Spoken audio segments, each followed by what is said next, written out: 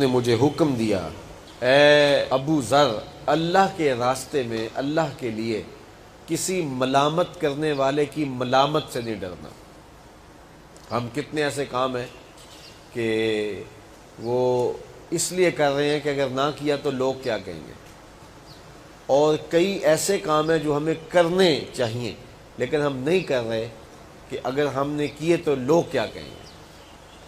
تو یہ جو ایک روش ہے نا کہ لوگ کی آکھن گے، تو یہ زندگی کو اس نے مشکل بنا دیا ہوا ہے، زندگی کو اوکھا کر دیا ہوا ہے۔ ہماری معاشرتی زندگی بھی اوکھی، ہماری روحانی زندگی بھی تلخ، اور کئی مصیبتیں۔ یہ شادیاں کرتے ہیں تو کتنے کام ہم اس لیے کرتے ہیں، ہمارے پاس پیسے نہیں ہوتے، قرضہ اٹھا کے بھی کرتے ہیں، اگر یہ نہ کیا تو لوگ کیا کہیں گے، شریک کیا کہیں گے۔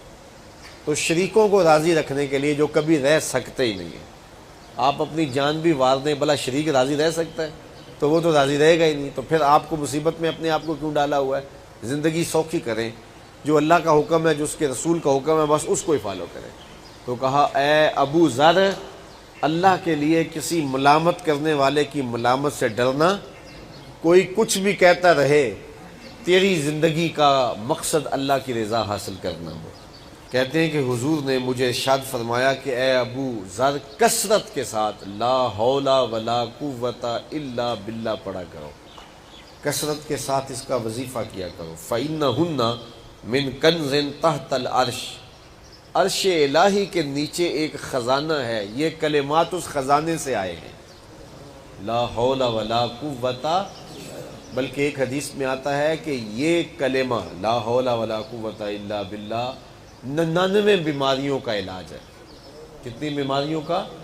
99 بیماریوں کا۔ ان میں سب ایک کم درجے کی بیماری ہم اور غم ہے۔